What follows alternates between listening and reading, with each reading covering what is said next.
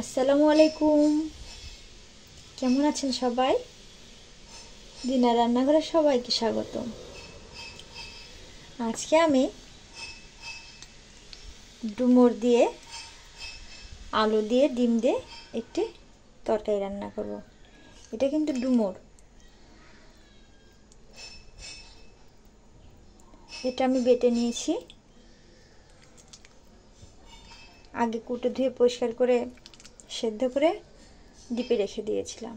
এখন আজকে আমি সামান্য কিছু বের করে নিয়েছি, বের করে বেটে নিয়েছি। দেখুন,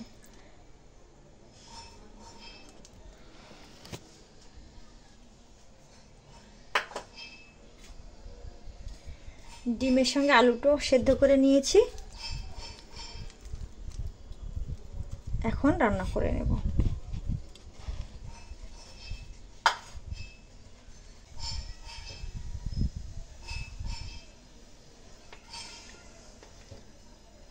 রান্নার জন্য কড়াইতে তেল গরম দিয়ে দিচ্ছি। তেলটি গরম হয়ে গেলে কাঁচা ঝাল আর পেঁয়াজ ভেজে নেব।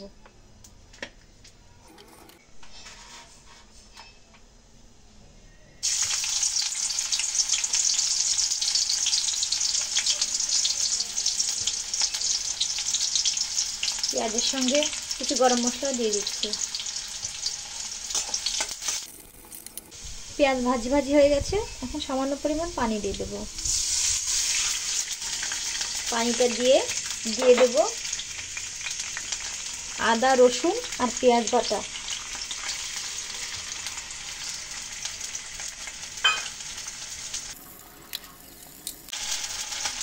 এখন দিয়ে দেব লবণ, হলুদ, ঝালের গুঁড়ি আর সামান্য পরিমাণ ধনিয়ার গুঁড়ি। এখন মশলাগুলো সুন্দর করে কষিয়ে নেব।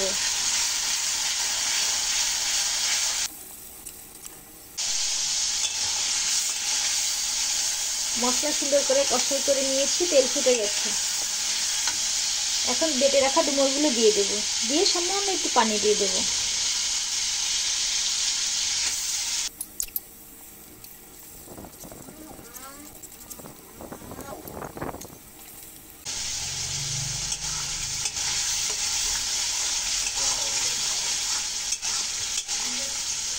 ডুমুরটুকু কষাই হয়ে গিয়েছে। এখন দিয়ে দেবো আলু।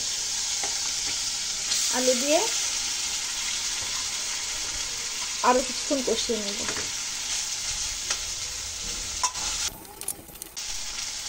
এখন দিয়ে দেবো একটু তেজপাতা,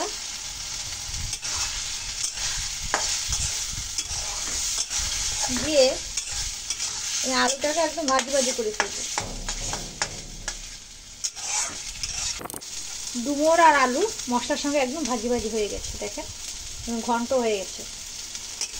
এখন চুলার আঁচ কমিয়ে ডিমটা দিয়ে দেব। ডিম, আলু, ডুমুর সব একসঙ্গে কষাই হয়ে গিয়েছে। এখন দিয়ে দেবো ঝোলের পানি।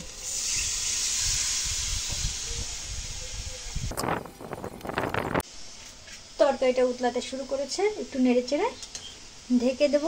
ঢেকে দিয়ে চুলার আঁচ কমিয়ে দেব।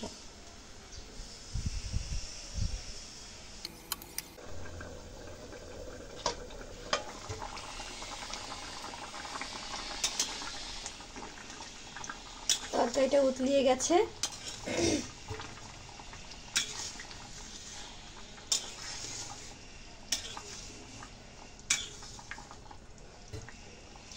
এখন এর ভিতরে দিয়ে দেবো একটু জিরের গুঁড়ো আর সামান্য পরিমাণ চিনি, এক দানা চিনি দিয়ে জাল কমিয়ে ঢেকে রাখবো।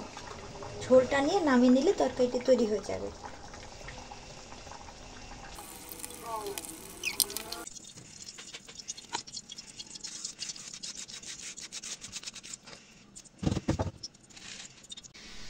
দেখুন তৈরি হয়ে গেছে মজাদার স্বাদের তরকারিটি। দেখতে দারুণ, খেতে অনেক চমৎকার। আপনারা এইভাবে তৈরি করে খেয়ে দেখতে পারেন।